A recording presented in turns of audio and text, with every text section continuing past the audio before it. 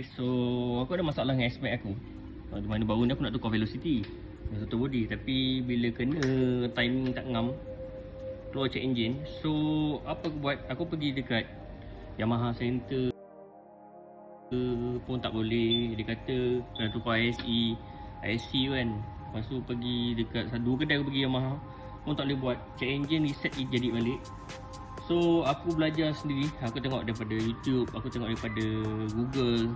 So aku dapat link daripada ChatGPT, di mana cara nak setting motor S-Max atau motor-motor body yang timing tinggi. Macam ni cara dia. Kita buka Okay, so apa aku buat, mula-mula bila dia kata IC bahagian atas saya bukan GPS IC ni yang jaga timing. So benda pertama yang korang guna buat, korang buka binatang ni, korang akan nampak satu spring dan satu kepala muncung tu. Korang kena pulas adjust dia sampai ke atas sikit. Dah adjust, korang masuk, korang ikat balik. Lepas tu korang start engine. Start dia engine terus.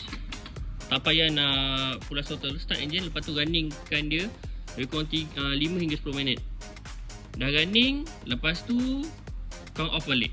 On balik, running lagi sekali, off balik. Lepas tu korang start, check engine korang akan hilang kat sini. Itu cara nak adjust timing lah untuk total body yang mengalami masalah tukar velocity tiba-tiba timing tinggi, ataupun tukar total body tiba-tiba timing tinggi. Itulah cara-cara dia. Dari sini aku buat video untuk share kat korang lah kalau korang kena macam ni.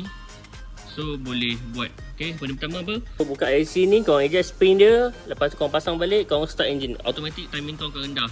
So bila timing korang rendah, korang start dia running. Korang jangan on off. So bila on off, timing dia akan reset balik tinggi balik. So cara dia, dah setting kat sini, start engine biar dia running. Masa tu timing kau rendah. Bila dah rendah, kau reset biar 5 hingga 10 minit. Kemudian korang off, on balik, start balik, automatic check engine ni akan hilang. Dan hilanglah sikit kepala. So aku pergi kat Yamaha pun tak boleh settle. Dia kata kena pergi claim warranty, IC problem, check balik setting apa semua. So aku buat sendiri, settle lah, alhamdulillah tak ada masalah. So benda pertama adalah IC. Ini dah cara dia guys, boleh share kat kawan-kawan. Kalau tak tahu, boleh tanya. InsyaAllah ini yang aku boleh kongsikan lah apa yang aku dah buat untuk hari ni. Okay, kita jumpa lagi di video akan datang. Let's go.